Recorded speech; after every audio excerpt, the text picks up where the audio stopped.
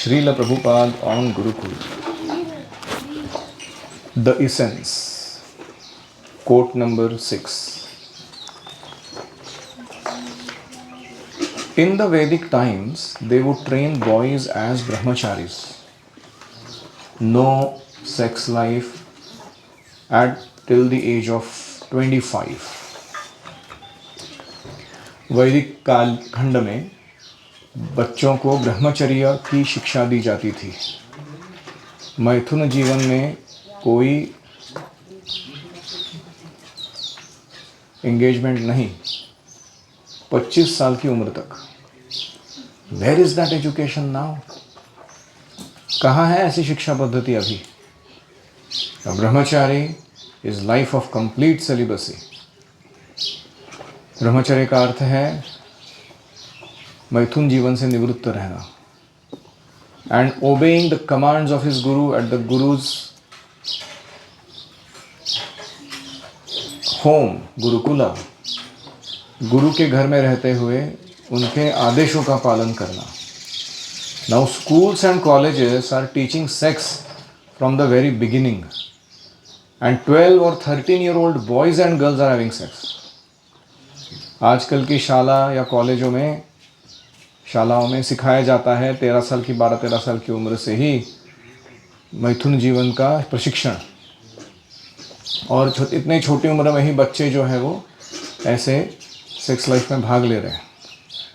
How can they have a spiritual life? जब ऐसी शारीरिक चेतना बढ़ा दी जाएगी सबकी, तो वो कैसे आध्यात्मिक कार्यों को पसंद करेंगे? उनका आध्यात्मिक जीवन कहाँ चला जाएगा फिर? Spiritual life means voluntarily accepting some austerities for the sake of God realization. आध्यात्मिक जीवन का अर्थ है कि स्वयं से होकर कुछ तपस्या उठाई जाए आत्म साक्षात्कार के लिए।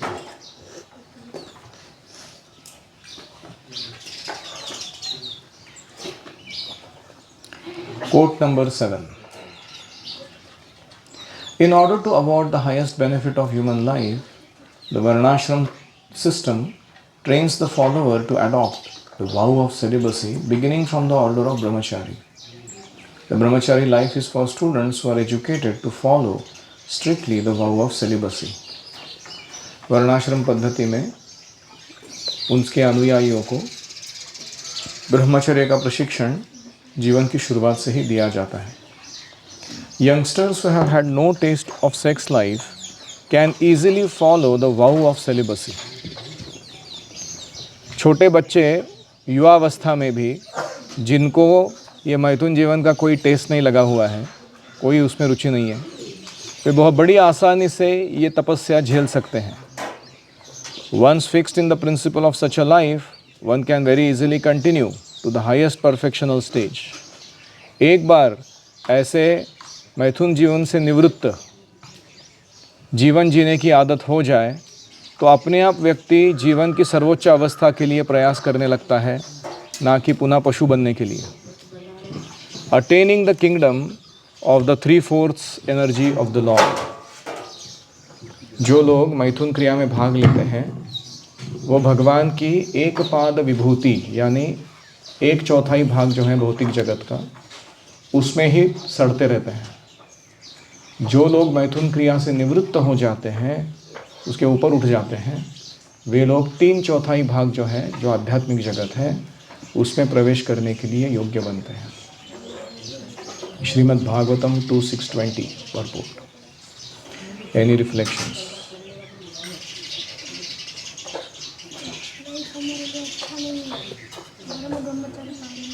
हाँ, हमें विद्यार्थी दशा में मैथुन क्रिया में कोई इंटरेस्ट नहीं लेना चाहिए और अपने पढ़ाई पर ध्यान देना चाहिए, सेवा पर ध्यान देना चाहिए, साधना पर ध्यान देना चाहिए। किस पे ध्यान नहीं देना चाहिए? मैथुन क्रिया का man woman relationship, nakedness, kissing, embracing, ये सब कुत्ते बिल्ली भी कर रहे हैं रास्ते में। हम ये सब के लिए प्रशिक्षण नहीं लेने की ज़रूरत नहीं है। कम से कम 25 साल तक ब्रह्मचर्य धारण करने से हमारे सभी आंतरिक शक्तियों का बहुत सही विकास होता है।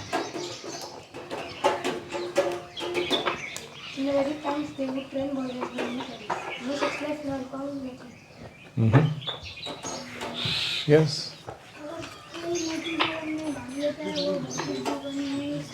हाँ, जो इंटरेस्ट डेवलप करता है मैथुन क्रिया में ही केवल, वो शारीरिक चेतना को बढ़ा लेता है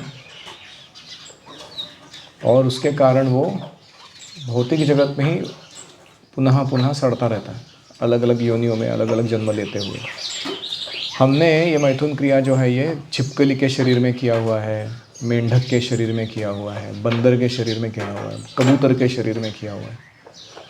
इसमें कुछ भी ग्रैंड, वंडरफुल, अद्भुत ऐसा कुछ नहीं है। ये सब हमको पाठ पढ़ाया जा रहा है ये मूवीज़ के द्वारा या फिर नॉवेल्स के द्वारा। इसमें कुछ भी ऐसा महानतम उदात्त ऐसा नहीं है, unless it is used in service of Krishna, वो अलग टॉपिक है। लेकिन इसका जो महिमा मंडन किया जाता है ये बहुत वंडरफुल है, कुछ तो ऐसा बताया जाता है। ये हमें कन्विक्शन होना चाहिए कि ये चीटिंग है। Much is advertised, very little is experienced. Yes,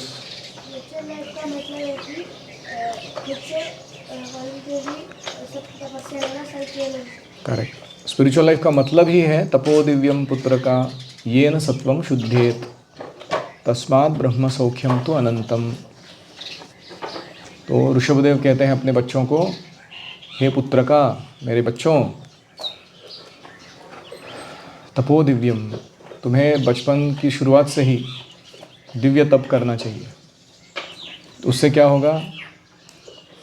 सत्वम शुद्धेत, आपकी चेतना शुद्ध हो जाएगी, आपका अस्तित्व शुद्ध हो जाएगा। फिर उससे क्या होगा?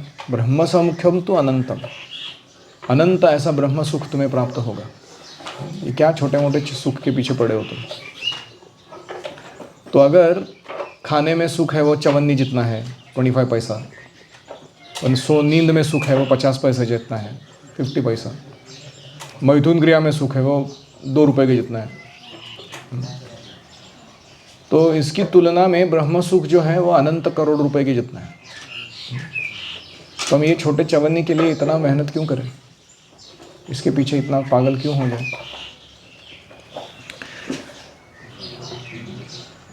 श्रील प्रभुपाद की जय। ओम हरे कृष्णा कृष्णा कृष्णा हरे हरे, हरे राम राम राम हरे हरे। हरि ओम तत्सत्।